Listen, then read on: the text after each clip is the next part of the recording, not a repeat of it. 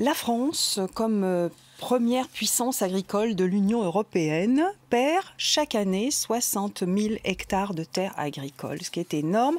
Et on dit que d'ici 2050, Eric, 2 millions de terres agricoles seront rayées de la carte. Ça fait 4 terrains de football tous les 20 minutes. Heureusement, il y a de jolies initiatives pour lutter contre ça. Ça se passe à la Seine-sur-Mer. Vous êtes allé rencontrer un agriculteur heureux, on va dire. Grâce à qui? Grâce au Conservatoire du Littoral, qui était propriétaire d'un domaine agricole délaissé depuis 20 ans par le département et qui a décidé de le confier à un jeune agriculteur. Et voici ce qu'il en a fait. Regardez. Comme un phénix qui renaît de ses cendres, le domaine de Fabregat à la Seine-sur-Mer. Entre mer et colline, un ancien domaine agricole, racheté un temps par le département, mais laissé à l'abandon pendant 30 ans. Repris finalement par le Conservatoire du Littoral et géré par la ville de la Seine-sur-Mer. Sur la soixantaine d'hectares, 6 hectares de terres agricoles, dont la moitié a déjà été remise en culture, en agriculture biologique, avec un agriculteur en contrat de gestion.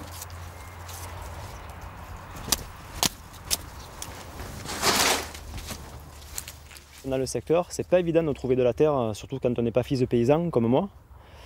Là, ça a été une belle opportunité, une très belle opportunité. Et quand je suis arrivé, les infrastructures étaient déjà prêtes, donc tous les caissons avec les bureaux, les locaux de rangement, le forage, le stand, etc. Tout était déjà prêt. Donc j'ai plus eu qu'à me concentrer sur la préparation du terrain et de l'environnement, quoi. En fait, tout le monde est heureux. Oui, la ce que terre, j'aime bien, c'est que le jeune agriculteur qui a retrouvé un emploi. Ce qui est fou, c'est quand Bruno il dit « j'ai eu plus qu'à ». Mais vous imaginez bien que déjà remettre en culture 3 hectares seuls sur les 6 qui souhaitent cultiver à terme, c'est déjà énorme.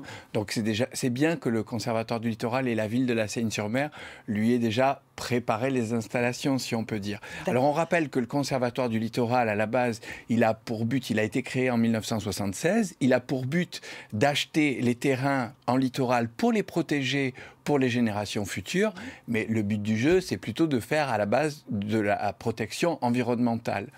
Oui. Simplement, on l'avait déjà évoqué, dans notre région, quand on achète une propriété en bord de mer, en général, il y a toujours quelque chose. D'où, l'autre fois, l'histoire de Cap Moderne que je vous ai racontée. Cette fois-ci, c'est un domaine agricole, vous avez vu, avec une maison de maître, enfin, une jolie bastide. Et quand le Conservatoire du Littoral s'est retrouvé propriétaire de ça, il a fallu aussi qu'il se pose la question de savoir qu'est-ce qu'il allait en faire. On n'allait pas abattre cette maison. Et donc, c'est cette solution qui a été décidée de se lancer finalement dans l'agriculture, de lancer un appel à projet qui va très loin, parce que la ville de la Seine-sur-Mer a demandé que l'agriculteur approvisionne aussi les cantines scolaires. Oui, donc, ça sera raconté dans le prioritaire, puisque c'est le prioritaire de ce week-end. Toute l'histoire sera racontée. On est allé filmer aussi dans la cuisine centrale qui prépare les repas. Oui. Les habitants du quartier aussi profitent de tous ces légumes. Voilà, l'idée c'était aussi, alors évidemment comme la terre n'avait pas été cultivée depuis 30 ans, il a pu être en agriculture biologique tout de suite.